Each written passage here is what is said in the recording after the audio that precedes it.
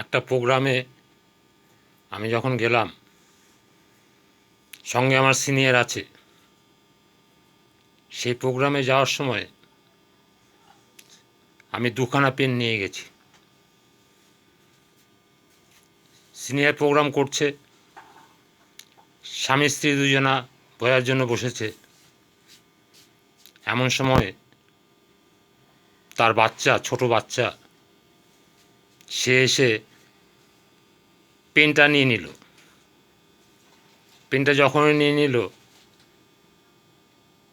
বাচ্চাটার কাছে দিয়ে পেনটা কেড়ে নেওয়া যাবে না।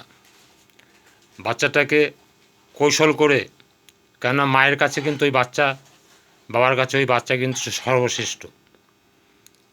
তাহলে কী করতে হবে? কৌশল করতে হবে। কী কৌশল? ওই পেনটা দিয়ে দিলাম, বাচ্চাটাকে করে নিলাম, নিয়ে বাইরে চলে গেলাম। বেশি দূরে না, যাতে ওর মা বাবা দেখতে পারে যে হ্যাঁ, বাচ্চাটা আমার চোখের সামনে আছে। নাহলে ভাববে ছেলে ধরা বোধহয় নিয়ে পালিয়ে গেল। শান্তিতে প্রোগ্রামটা সিনিয়র বুঝালো, সাকসেস করলো। এবার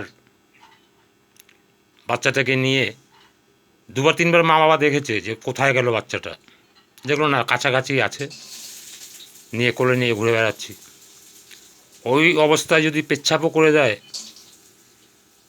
গায়ে যদি পায়খানাও করে দেয়, তবুও সেগুলো বহন করতে হবে। কারণ একটা প্রোগ্রাম উঠলে পর আমি কিন্তু ওখান থেকে 200-300 টাকা ইনকাম করতে পারবো।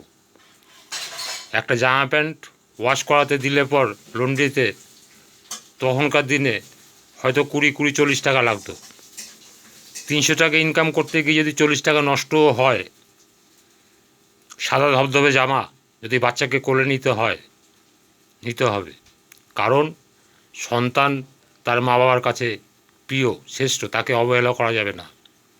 এই ধরবি না, এই ধরিস না, এরকম করলে কিন্তু পুরো পলিসিটা হবে না। তাই পলিসিটা করতে গেলে আপনাকে অনেক কৌশল, অনেক বুদ্ধি অবলম্বন করতে হবে। তবেই কিন্তু সেই পলিসিটা উঠবে এবং আপনি সাকসেস হবেন। অনেকে বলে না, মার্কেটে গেলাম পলিসি উঠছে না। উঠবে কেন? অনেক গলতি আছে। এই গলতিগুলো কিন্তু আপনাকে কাটাতে হবে, নাহলে কিন্তু পলিসি উঠবে না।